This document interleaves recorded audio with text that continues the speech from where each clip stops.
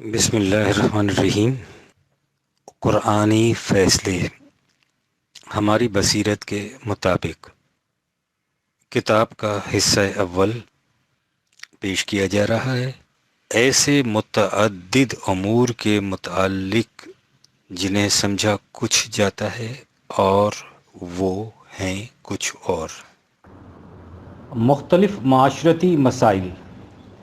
ایک صاحب حسب ذیل امور کے متعلق دریافت فرماتے ہیں کہ قرآن کی روح سے ان کی پوزیشن کیا ہے۔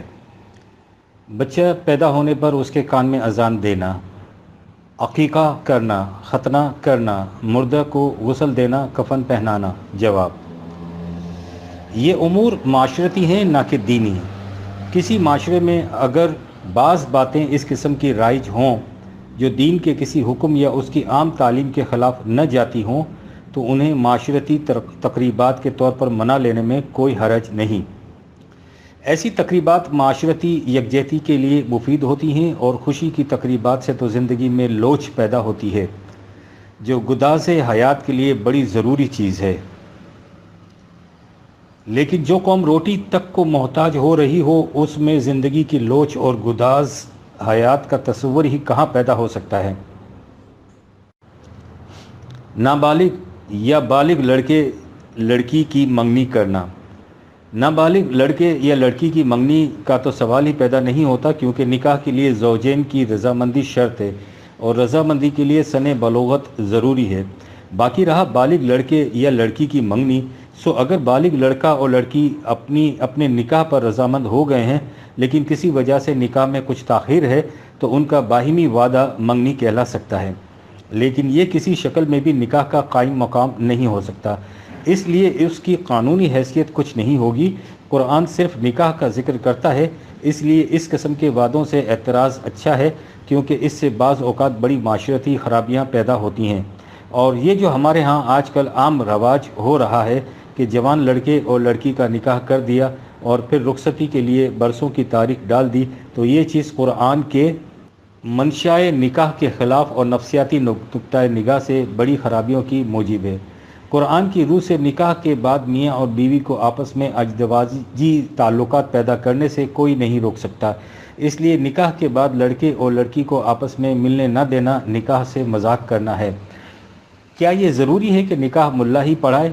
جب قرآن نازل ہوا ہے تو ملا کا وجود ہی نہیں تھا، یہ حضرت بہت بعد کی پیداوار ہیں، لہٰذا نہ صرف نکاح میں بلکہ دوسرے معاملات میں بھی ملا کی ضرورت غیر قرآنی ہے۔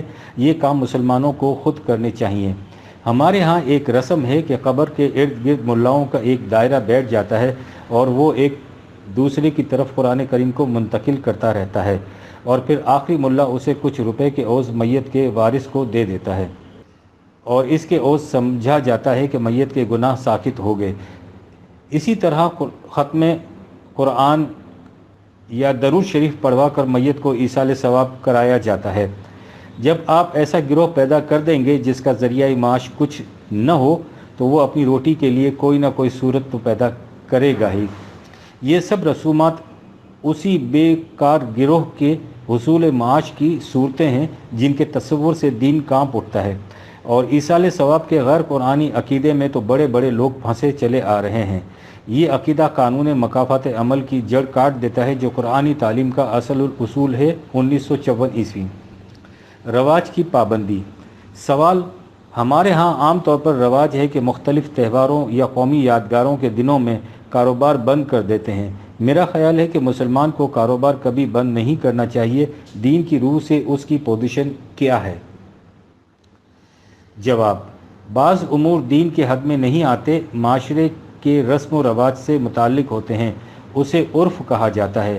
اگر عرف دین کے کسی اصول سے نہ ٹکرائے تو اس کے حسن و قبح کا فیصلہ اس کے مطابق کرنا چاہیے کہ وہ معاشرے کے لیے مفید ہے یا مضر۔ مختلف تقاریب پر کاروبار بند کرنا معاشرے میں رواج سا ہو گیا ہے۔ یہ رواج دین کے کسی اصول سے تو ٹکراتا نہیں، اس لیے اسے معاشرتی مصالح کی روشنی میں دیکھنا چاہیے۔ اس وقت پاکستان جن حالات سے دوچار ہے ان کے پیش نظر ہمارے نزدیک ہمیں دن کے علاوہ رات کو بھی کام کاج جاری رکھنا چاہیے، لیکن کچھ وقت تفریح کے لیے نکالنا خود کاروبار کے لیے مفید ہوتا ہے۔ اس سے صرف شدہ توانائیاں اود کر آتی ہیں، بشرط یہ کہ تفریح صحت مندانہ ہو۔ ہمارے ہاں اس وقت جو کچھ ہو رہا ہے ہنگامی طور پر حفاظتلی ہو رہا ہے۔ یہاں نہ کاروبار کسی طے شدہ قومی پروگرام کے مطابق ہوتا ہے، نہ تفریح ہی کسی اجتماعی نظام کے تابع۔ اس افراتفری نفسا نفسی و بے ہنگامی کا نتیجہ ظاہر ہے۔ اس ضمن میں اتنا سمجھ لینا ضروری ہے کہ جس رواج کو کوئی معاشرہ اختیار کر لے، بشرط یہ کہ وہ دین کے خلاف نہ ہو، تو افراد کو معاشرے کا ساتھ دینا چاہیے۔ اس سے معاشرتی ہم آہنگی پیدا ہوتی ہے۔ اگر اس میں کسی اصلاح کی ضرورت ہو تو اس کے لیے مناسب جدوجہد کرنی چاہیے۔ معاشرے کے مسلمہ رواج کی جو دین کے خلاف نہ ہوں، خلاف ورزی مستحسن نہیں ہوتی۔ قرآن کریم نے سبت کے ناغے کی خلاف ورزی کرنے والوں کا جو قصہ بیان کیا ہے وہ اسی حقیقت کو سامنے لانے کے لیے ہے۔ 1961 غلط معاشرے میں اصول پرستی۔ لاہور سے ایک صاحب نے اپنے خط میں ایک اہم سوال اٹھایا ہے۔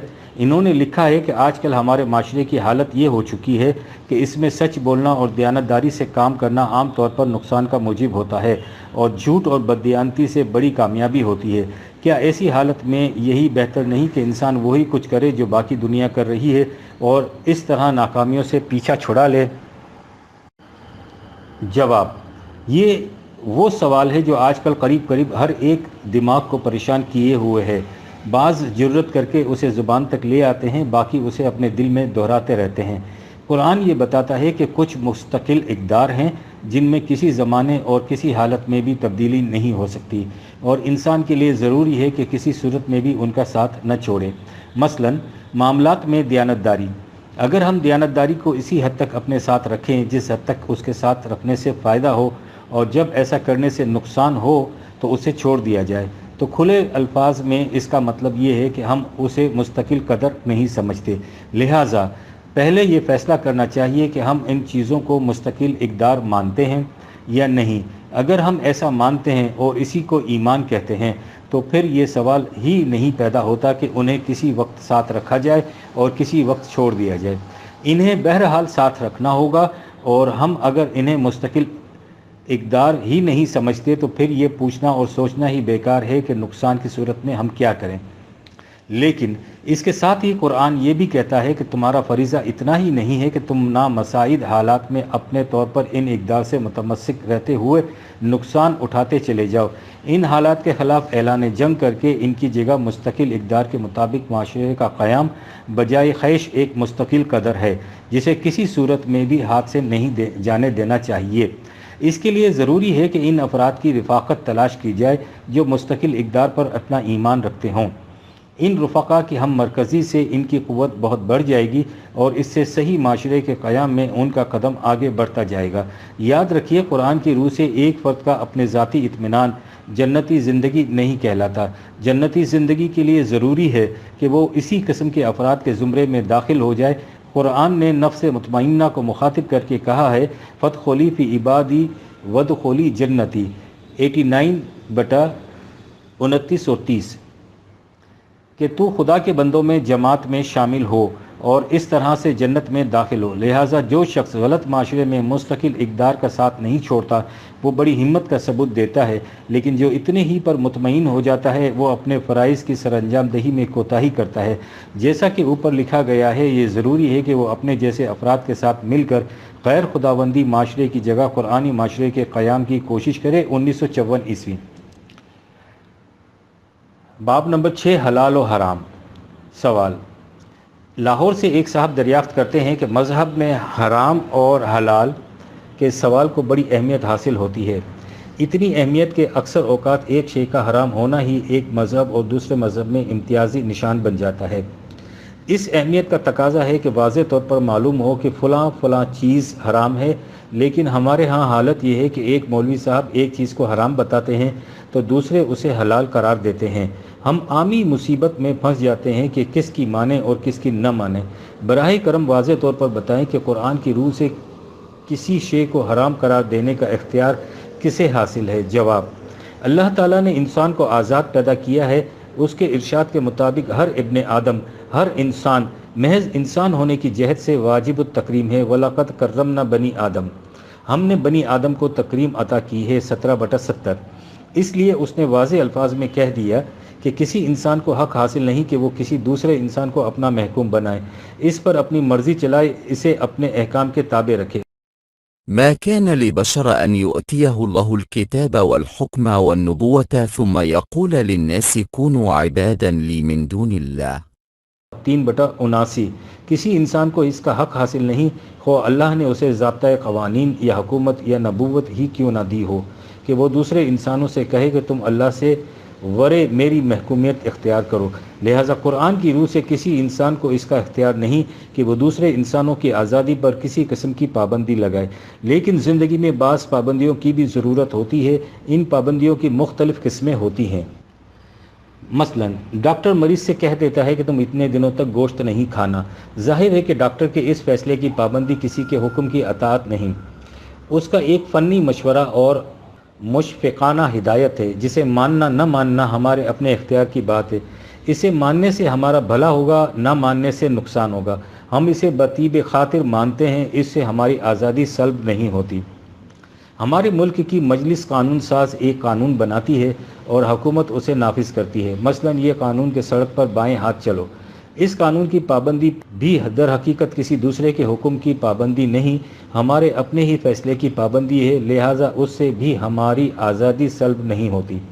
لیکن اس کے برعکس ایک شخص کہتا ہے کہ اسلام کی روح سے فلاں چیز کا استعمال حرام ہے، اس کے معنی یہ ہے کہ یہ شخص نہ صرف اپنے زمانے کے کروڑہا مسلمانوں پر ایک سخت پابندی لگاتا ہے، بلکہ قیامت تک آنے والی امت مسلمہ کو اس حکم کی زنجیر میں اس طرح جکڑتا ہے کہ جو شخص اس کی خلاف ورزی کرتا ہے وہ دنیا اور آخرت دونوں میں مجرم قرار پاتا ہے۔ ظاہر ہے کہ اس قسم کی شدید پابندی کے لیے واضح اور متعین سند اتھارٹی ہونی چاہیے۔ سوال یہ ہے کہ قرآن کی روح سے یہ اتھارٹی کیا ہے؟ قرآن نے اس قسم کی پابندی کے لیے حرام کا لفظ استعمال کیا ہے، جو حلال کی ضد ہے۔ حلال کے معنی ہے رسیاں کھول کر آزاد کر دینا، اس لیے حرام کے معنی بنیادی یہ ہوئے کہ کسی کو کسی بات سے روک دینا، منع کر دینا، اس پر پابندی لگا دینا۔ قرآن نے حلال اور حرام کے بارے میں واضح احکام دیے ہیں۔ اس نے سب سے پہلا اصول یہ بیان کیا ہے کہ خوشگوار سامان رزق کی ہر شے حلال ہے بجز ان کے جنہیں اللہ نے حرام قرار دیا ہو۔ سورہ بقرہ میں ہے يا أيها الذين آمنوا كلوا من طيبات ما رزقناكم واشكروا لله إن كنتم إياه تعبدون إنما حرم عليكم الميتة والدم ولحم الخنزير وما أهل به لغير الله 2/172 اور 173۔ اے ایمان والو، جو کچھ اللہ نے بطور رزق دیا ہے اس میں سے طیبات خوشگوار چیزوں کو کھاؤ اور اللہ کا شکر کرو اگر تم صرف اس کی محکومی اختیار کرتے ہو۔ اس نے تم پر صرف مردار خون اور سور کا گوشت اور جسے اللہ کے سوا کسی دوسرے کے لیے پکارا جائے حرام کیا ہے۔ یہاں صرف کھانے کی چیزوں کا ذکر ہے۔ سورہ اعراف میں ان کے ساتھ اشیاء مستعملہ کا بھی اضافہ کیا گیا ہے۔ فرمایا قل من حرم زینت اللہ التی اخرج لعبادہ والطیبات من رزق 7/32۔ ان سے کہو کہ وہ کون ہے جس نے زینت کی چیزوں کو جنہیں اللہ نے اپنے بندوں کے لیے پیدا کیا ہے اور خوشگوار سامان زیست کو حرام قرار دیا ہے۔ اس سے آگے ہے قل انما حرم رب الفواحش ما ظہر منہا وما بطن 7/33۔ ان سے کہو کہ میرے رب نے بے حیائی کی باتوں کو حرام قرار دیا ہے، خواہ وہ ظاہر ہوں یا پوشیدہ۔ ان آیات سے ظاہر ہے کہ کسی شے کو حرام قرار دینے کا اختیار صرف خدا کو حاصل ہے، خدا کے علاوہ اس کا حق کسی اور کو حاصل نہیں۔ اس نے زینت کی کسی چیز کو حرام قرار نہیں دیا۔ اشیاء رزق میں سے جنہیں حرام قرار دیا ہے ان کی خود ہی تصریح کر دی ہے۔ ہم نے دیکھ لیا کہ انسانوں پر کسی شے کو حرام قرار دینے کا حق صرف خدا کو حاصل ہے، لیکن خدا ہر شخص سے براہ راست کلام نہیں کرتا، اس لیے اس نے حرام و حلال کے متعلق اپنے فیصلے وحی کی روح سے دیے جو رسول اللہ پر نازل ہوئی تھی۔ سورہ انعام میں ہے قل لا اجد فی ما اوحی الی محرما علی طاعم یطعمہ الا 6/46۔ اے رسول ان سے کہہ دو کہ جو کچھ میری طرف وحی کیا گیا ہے میں اس میں کسی چیز کو کھانے والا کھائے حرام نہیں پاتا سوائے مردار، بہتے ہوئے خون، لحم خنزیر اور اس کے جو اللہ کے سوا کسی دوسرے کے نام سے پکارا گیا ہو۔ اس سے ظاہر ہے کہ خدا نے حرام و حلال کا فیصلہ اس وحی کی روح سے کر دیا ہے جو نبی اکرم کی طرف نازل ہوئی تھی۔ یہ وہ وحی ہے جس کی تلاوت کی جاتی ہے۔ سورہ حج میں ہے وَأُحِلَّتْ لَكُمُ الْأَنْعَامُ إِلَّا مَا يُتْلَى عَلَيْكُمْ 22/30، اور تمہارے لیے چوپائے حلال ہیں بجز ان کے جن کے متعلق تمہیں اس وحی کی روح سے بتا دیا گیا ہے جو تمہیں پڑھ کر سنایا جاتا ہے۔ یہ ما یتلا وہ وحی تھی جو الکتاب 29/45، اسے پڑھ جو تیری طرف کتاب میں سے وحی کیا گیا ہے۔ یہی وہ چیز ہے جس کے متعلق سورہ آل عمران کی آیت میں جس کا پہلا حصہ سابقہ صفحات میں درج کیا گیا ہے کہہ دیا کہ خدا کی محکومی اس کے ذریعے اختیار کی جاتی ہے۔ بما كنتم تعلمون الكتاب وبما كنتم تدرسون 3/78 78، اس کتاب کے ذریعے جس کی تم تعلیم و تدریس کرتے ہو۔ سورہ نمل میں واضح الفاظ میں بتا دیا کہ اس سے مراد قرآن ہے۔ انما امرت ان اتلو القرآن 27/91 92، مجھے حکم دیا گیا کہ میں قرآن کی تلاوت کروں۔ ان تصریحات سے واضح ہے کہ قرآن کی روح سے کسی شے کو حرام قرار دینے کا حق صرف خدا کو حاصل ہے، اور اس نے جو کچھ حرام قرار دینا تھا اسے قرآن نے بتا دیا ہے۔ یہ تو رہا اس موضوع کا مثبت پہلو، یعنی کسی شے کو حرام قرار دینے کی اتھارٹی کون ہے۔ اب دیکھیے کہ قرآن کریم نے اس حقیقت کو کس طرح واضح کیا ہے کہ یہ اتھارٹی خدا کے سوا کسی اور کو حاصل نہیں۔ ہم سورہ اعراف کی وہ آیت پہلے درج کر چکے ہیں جس میں پوری تحدی سے کہا گیا ہے کہ قل من حرم زینت اللہ التی اخرج لعبادہ والطیبات من رزق 7/32، ان سے کہو کہ وہ کون ہے جو زینت کی اشیاء کو جنہیں اللہ نے اپنے بندوں کے لیے پیدا کیا ہے اور خوشگوار سامان رزق کو حرام قرار دیتا ہے۔ اس سے ظاہر ہے کہ خدا کے علاوہ اور کسی کو اس کا اختیار نہیں دیا گیا کہ وہ کسی شے کو حرام قرار دے دے۔ اس بارے میں اور تو اور خود نبی اکرم سے کہا گیا کہ یا ایھا النبی لما تحرم ما احل اللہ لک 66/1، اے نبی جس چیز کو اللہ نے تیرے لیے حلال قرار دیا تو اسے حرام کیوں قرار دیتا ہے۔ اس وقت ہم اس بحث میں نہیں پڑھنا چاہتے کہ وہ کیا چیز یا بات تھی جسے نبی اکرم نے اپنے اوپر ممنوع قرار دے لیا تھا، اس لیے کہ یہ گوشہ ہمارے زیر نظر موضوع سے خارج ہے۔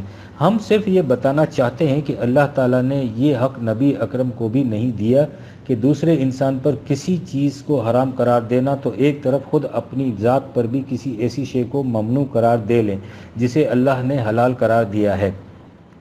حلال و طیب سے مفہوم، اس مقام پر ضمناً ایک نقطے کی وضاحت ضروری معلوم ہوتی ہے۔ قرآن میں حلال اشیاء کے ساتھ طیبن کا اضافہ کیا گیا ہے۔ مثلا سورہ بقرہ میں ہے یا ایھا الناس کلوا مما فی الارض حلالا طیبا 2/168، اے نوع انسان زمین کی پیداوار کو جسے ہم نے حلال قرار دیا ہے طیب انداز سے کھاؤ۔ طیب کے معنی ہے خوشگوار، پاکیزہ، مفید، نفیس، یعنی یہ نہیں کہ ہر حلال شے کا کھانا تم پر فرض قرار دے دیا گیا ہے۔ ان میں سے تم اپنے ذوق اور پسند کے مطابق جسے اچھا سمجھو کھاؤ، جو ناپسند ہوں انہیں مت کھاؤ۔ اس میں انفرادی ذوق، میلان طبی ضرورت اور دیگر تضمنات کی رعایت رکھ دی گئی ہے، لیکن نبی اکرم کے بارے میں اس رعایت میں بھی خاص احتیاط ملحوظ رکھی گئی ہے۔ یہ اس لیے کہ مثلا زید کسی ایسی چیز کو چھوڑ دیتا ہے جو اسے ناپسند ہے، اس کے فیصلے کا اثر اس کی اپنی ذات تک محدود رہتا ہے، لیکن اگر نبی کسی ناپسندیدہ چیز کو چھوڑ دیتا ہے اور اس طرح چھوڑ دیتا ہے گویا اس نے اسے اپنے اوپر ہمیشہ ہمیشہ کے لیے حرام قرار دے لیا ہے، تو اس کے نتائج بہت دوررس ہو سکتے ہیں۔ ہو سکتا ہے کہ حقیقت سے ناواقف یا عقیدت مندی میں افراد کی طرف چلے جانے والے یہ سمجھ کر کہ اس چیز میں کوئی دینی قباحت ہوگی اسے اپنے اوپر مستقلاً حرام قرار دے لیں، اور اس طرح بالواسطہ انڈائریکٹلی ہی صحیح خدا کی حلال کردہ شے لوگوں پر حرام قرار پا جائے۔ ایسا ہو چکا تھا، اس لیے نبی اکرم کی توجہ اس طرف خاص مبذول کرائی گئی۔ قرآن میں ہے کہ حضرت یعقوب علیہ السلام نے کسی شے کو اپنے لیے ممنوع قرار دے لیا۔ ان کا یہ فیصلہ محض انفرادی تھا، لیکن بنی اسرائیل نے اسے خدائی حکم سمجھ کر اس شے کو ہمیشہ ہمیشہ کے لیے حرام قرار دے لیا ہے۔ حتیٰ کہ جب انہوں نے دیکھا کہ قرآن میں جن چیزوں کو حرام قرار دیا گیا ہے ان میں اس شے کا ذکر نہیں، تو انہوں نے اس پر اعتراض کیا کہ جس چیز کو پہلے ان کے غلط خیال کے مطابق خدا نے حرام قرار دیا تھا اسے اب قرآن میں کیوں حلال قرار دیا گیا ہے؟ اس کے جواب میں قرآن نے کہا کہ كل الطعام كان حلا لبني إسرائيل إلا ما حرم إسرائيل على نفسه من قبل أن تنزل التوراة 3/92 یہ تمام کھانے جو اب مسلمانوں کے لیے حلال قرار دیے گئے ہیں بنی اسرائیل کے لیے بھی حلال تھے، سوائے اس کے جسے تورات نازل ہونے سے پہلے اسرائیل یعقوب علیہ السلام نے اپنے آپ پر ممنوع قرار دے لیا تھا۔ وہ چیز خدا کی طرف سے حرام قرار نہیں دی گئی تھی، حضرت یعقوب نے اسے کسی وجہ سے از خود اپنے آپ پر ممنوع قرار دے لیا تھا۔ یہودی یہ سمجھ بیٹھے کہ خدا کے نبی نے جو اسے اپنے آپ ممنوع قرار دے لیا تھا وہ خدا کی طرف سے حرام کی گئی ہوگی۔ اس واقعے کے پیش نظر اللہ تعالیٰ نے نبی اکرم صلی اللہ علیہ وسلم سے خاص طور پر کہہ دیا تھا کہ آپ نے اس چیز کو محض ذاتی بے رغبتی یا کسی اور وجہ سے چھوڑ دیا اور اسے ایک معمولی بات سمجھا۔ عام حالات میں یہ بات بھی معمولی سی، لیکن ہو سکتا ہے کہ یہودیوں کی طرح آپ کی امت کے افراد پسند لوگ اسے حرام کی فہرست میں داخل کر لیں، اس لیے آپ کے لیے اس معاملات میں خاص طور پر محتاط رہنے کی ضرورت ہے۔ اس سے یہ بھی واضح ہے کہ اگر نبی اپنی ذاتی میلان یا مصلحت کی بنا پر کسی حلال شے سے مجتنب رہے تو اس کے اتباع میں اس شے کو حرام سمجھ لینا صحیح نہیں۔ حرام وہی ہے جسے اللہ تعالیٰ نے اپنی کتاب میں حرام قرار دیا ہے۔ یہ بحث ناتمام رہ جائے گی اگر ہم اس کے ساتھ سورہ اعراف کی اس آیت کو بھی سامنے نہ لائیں، جس کا صحیح مفہوم سامنے نہ ہونے کی وجہ سے انسان ایک بنیادی غلطی میں مبتلا ہو جاتا ہے۔ اس آیت میں نبی اکرم کی خصوصیات کبریٰ کے ضمن میں فرمایا ويحل لهم الطيبات ويحرم عليهم الخبائث 7/157، وہ ان کے لیے طیبات کو حلال قرار دے گا اور خبائث کو حرام ٹھہرائے گا۔ اس آیت سے یہ استنباط کیا جاتا ہے کہ حلال و حرام قرار دینے کا اختیار نبی اکرم کو بھی حاصل تھا۔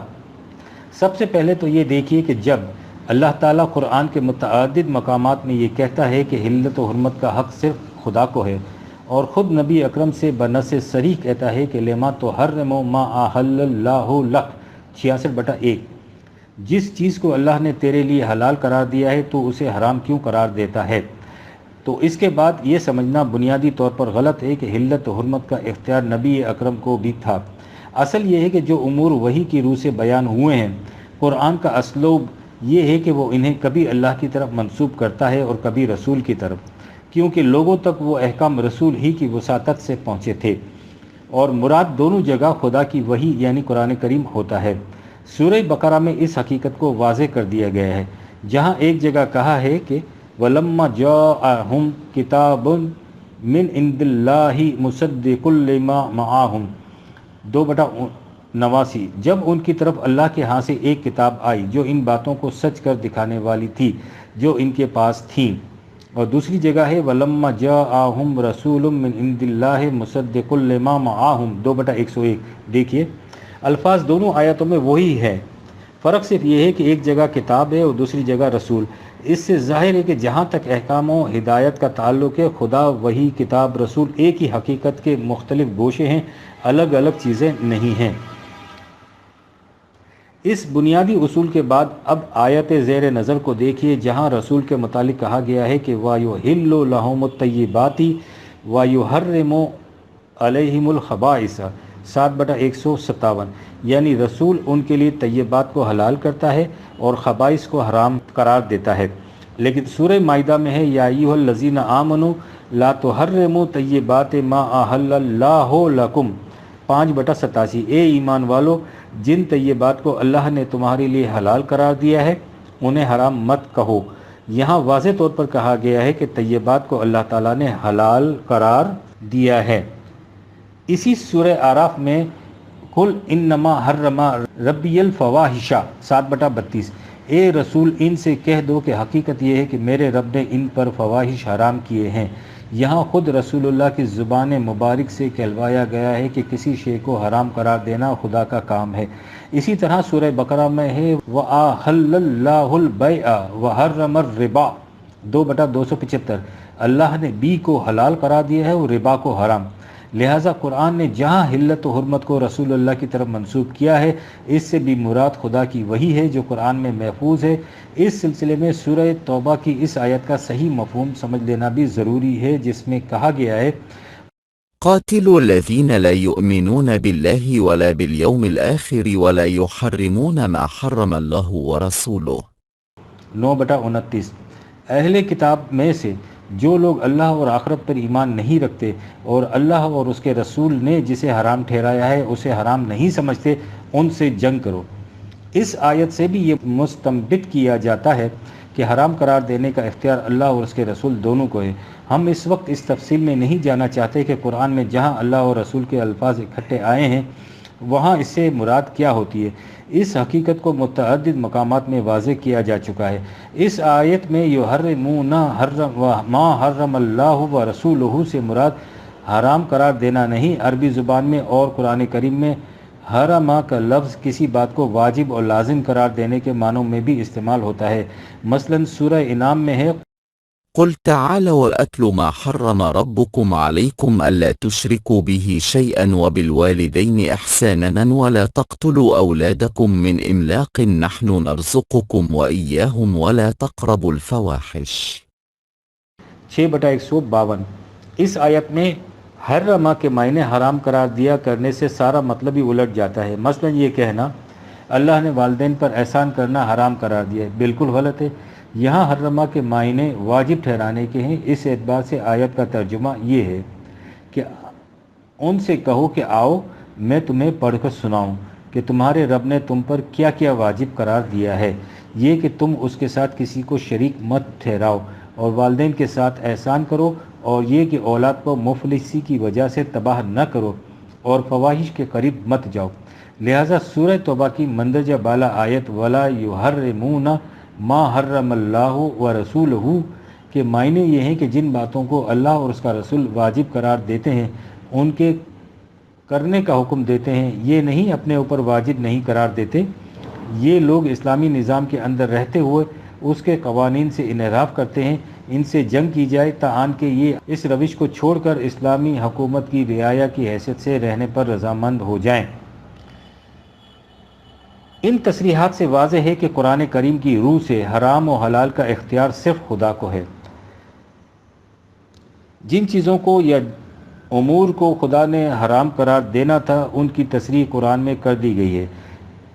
خدا کے علاوہ یہ اختیار کسی اور کو نہیں۔ سنگین جرم، قرآن کریم نے اس بات کو سنگین جرم قرار دیا ہے کہ جن چیزوں کو اس نے حلال قرار دیا ہے یعنی حرام نہیں ٹھہرایا انہیں حرام قرار دیا جائے۔ اس نے تاکیداً کہہ دیا ہے کہ یا ایھا الذین آمنوا لا تحرموا طیبات ما احل اللہ لکم ولا تعتدوا ان اللہ لا يحب المعتدین 5/87۔ اے ایمان والو، وہ پاکیزہ چیزیں جنہیں اللہ نے تمہارے لیے حلال قرار دیا ہے انہیں حرام مت ٹھہراؤ، اس طرح حد سے نہ بڑھو، اللہ حد سے بڑھنے والوں کو پسند نہیں کرتا۔ یعنی حلال کو حرام قرار دینا انسان کے اپنے اختیارات کی حد سے آگے بڑھ جاتا ہے، اس لیے کہ جیسا کہ شروع میں کہا جا چکا ہے کسی انسان کو اس کا حق حاصل نہیں کہ وہ دوسرے انسانوں کی آزادی کو سلب کرے۔ دوسری جگہ اس سے بھی زیادہ تاکید کے ساتھ کہا ولا تقولوا لما تصف ألسنتكم الكذب هذا حلال وهذا حرام لتفتروا على الله الكذب 16/116۔ اور جو تمہاری زبانیں یوں ہی بیان کر دیتی ہیں کہ یہ حلال ہے اور یہ حرام تاکہ اللہ پر محض بہتان باندھو، ایسی بات مت کیا کرو۔ یہاں قرآن نے بتایا کہ جو مذہبی پیشوا حرام و حلال کی فہرستیں تیار کر کے بیٹھ جاتے ہیں دل سے وہ بھی جانتے ہیں کہ یہ اختیار خدا کے سوا کسی کو حاصل نہیں، لیکن وہ سمجھتے ہیں کہ اگر ہم نے یہ کہہ دیا کہ ہم نے اسے حرام قرار دیا ہے تو لوگ اسے مانیں گے نہیں، اس لیے وہ یہ نہیں کہتے کہ ان چیزوں کو ہم نے حرام یا حلال ٹھہرایا ہے، وہ کہتے ہیں کہ یہ سب شریعت خداوندی کے مطابق ہے۔ افتراء علی اللہ، اس طرح یہ لوگ خدا کی طرف ایسی باتیں منسوب کرتے ہیں جو اس نے کبھی نہیں کہیں۔ یہ افتراء ہے، کذب ہے، بہتان عظیم ہے۔ ان کے متعلق کہا گیا ہے کہ قل أرأيتم ما أنزل الله لكم من رزق فجعلتم منه حراما وحلالا قل آلله أذن لكم أم على الله تفترون 10/59۔ ان سے کہو کہ کیا تم اس پر غور کرتے ہو کہ اللہ نے جو کچھ تمہارے لیے بطور رزق نازل کیا ہے تم اس میں سے کسی کو حرام قرار دیتے ہو کسی کو حلال؟